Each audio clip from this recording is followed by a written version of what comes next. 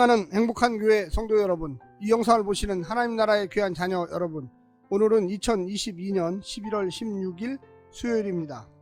오늘 매일 성경 본문에서는 바벨론에서 메대로, 메대에서 바사로, 바사에서 그리스로 패권이 넘어가는 땅의 역사는 폭풍우가 휘몰아치는 혼돈의 바다처럼 보이기도 하지만 처음부터 마지막까지 하나님께서 결정하신 시간표에 따른 통제된 진행입니다. 마지막 때에 세상 통치자에 의해 성도들이 박해를 당하겠지만 이 또한 하나님께서 정해놓으신 제한된 시간의 고난입니다. 하나님의 심판이 시작되면 그는 권세를 빼앗기고 멸망할 것입니다. 오늘 본문을 나누어 보겠습니다. 다니엘 7장 15절부터 18절 첫 번째 반응과 해석. 다니엘의 반응, 천사에게 해석을 묻는 다니엘, 환상의 해석. 19절부터 27절 두 번째 반응과 해석. 넷째 짐승에 관한 다니엘의 반응, 넷째 짐승에 대한 부가적 묘사, 환상의 상세한 해석. 28절 맺은말. 오늘 본문 다니엘 7장 15절부터 28절의 말씀을 듣고 다시 오겠습니다.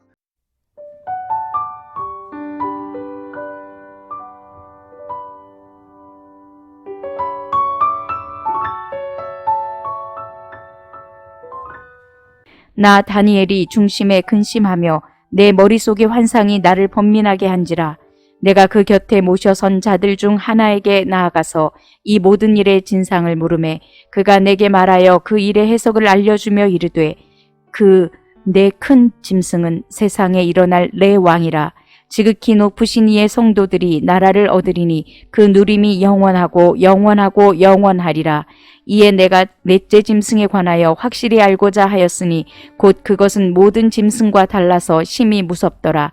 그 이는 쇠요 그 발톱은 노시니 먹고 부서뜨리고 나머지는 발로 밟았으며 또 그것의 머리에는 10뿔이 있고 그 외에 또 다른 뿔이 나오매 새 뿔이 그 앞에서 빠졌으며 그 뿔에는 눈도 있고 큰 말을 하는 입도 있고 그 모양이 그의 동류보다 더 커 보이더라.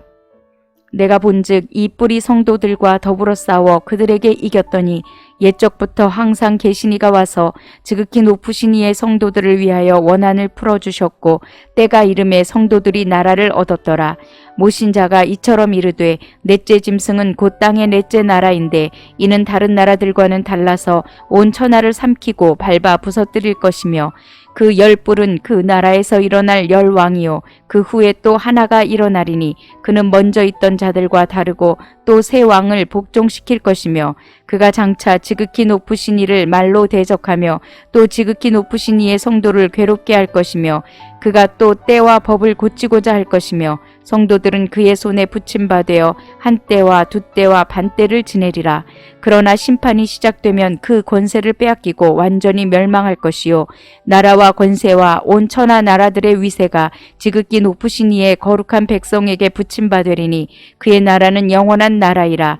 모든 권세 있는 자들이 다 그를 섬기며 복종하리라.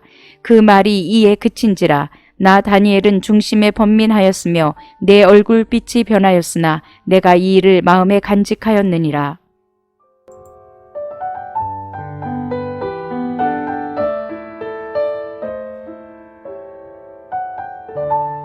내 짐승의 환상에 관한 다니엘의 반응과 전사의 해석을 전해주는 15절부터 27절은 유사한 구조를 가진 두 단락으로 나눌 수 있겠습니다. 15절부터 18절 첫 번째 단락은 다니엘의 반응과 환상 해석을 포괄적으로 기술하고 있습니다. 환상으로 인해 번민에 빠진 다니엘이 주변의 한 천사, 그 곁에 모셔선 자들 중에 하나에게 그 환상의 내용에 관해 묻습니다. 그는 환상을 뭉뚱그려 요약적으로 17절과 18절에서 해석합니다. 내 큰 짐승은 이 세상에서 일어날 내 왕이고 결국 가서는 지극히 높으신 이의 성도들이 나라를 얻어 영원히 다스릴 것입니다.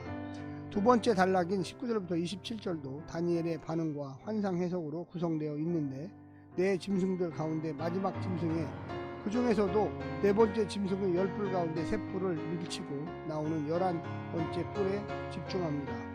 거룩한 백성을 괴롭게 한 눈과 입을 가진 뿔의 시대가 환상의 핵심에 속함을 보여줍니다. 다니엘의 환상 경험은 놀람으로 시작해서 놀람으로 끝납니다.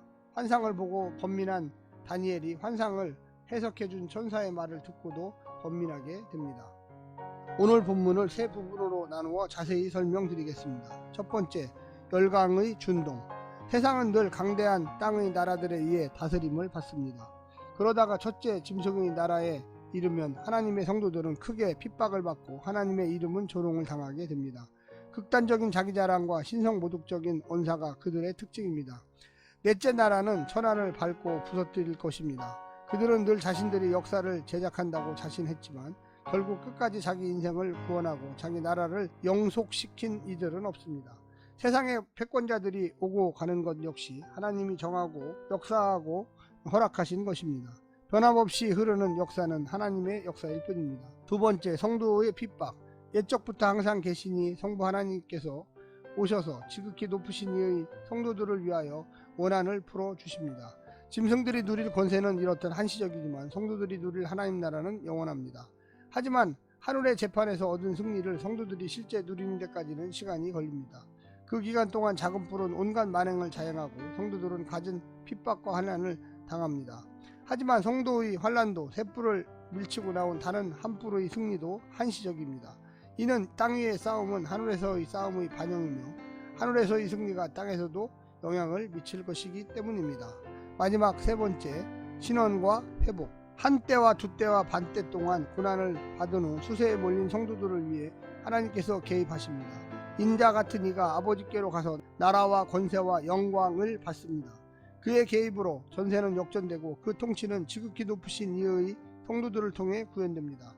천상의 인자에게 위탁된 나라와 권세와 영광은 땅에서 짐승과 혈투를 벌이기까지 영적 순수성을 지키는 싸움에 동참한 지극히 높은 성도들이 상속할 나라와 권세와 영광입니다. 사랑하는 성도 여러분, 종말론적인 신앙을 가지시고 최후의 승리는 하나님과 하나님의 백성들임을 기억하시기를 부탁드립니다. 오늘 하루도 승리하십시오. 샬롬.